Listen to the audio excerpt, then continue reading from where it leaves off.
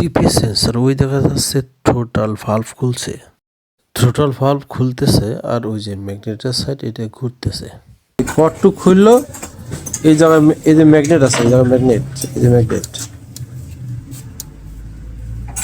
আছে, এই যে ম্যাগনেট, ম্যাগনেট যখন ঘোরে এই জায়গায় লোহার পাত দিয়ে আছে আর এই জায়গায় তারের সংযোগ আছে, এটা কয়েল করে, এটা কোর বানাবে, কোর।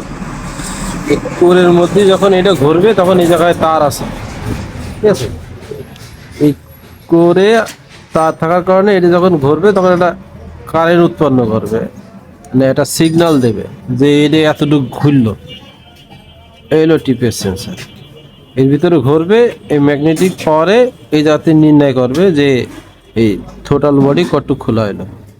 এই খোলা পরে নির্দিষ্ট করে এই জায়গাতে তথ্য নেবে যে টোটাল বডি এতটুকু খোলা আছে, ইস্যু তথ্য নেবে, সেই অনুযায়ী তেল আর কারেন্টের মাত্রা বেশি কম করবে।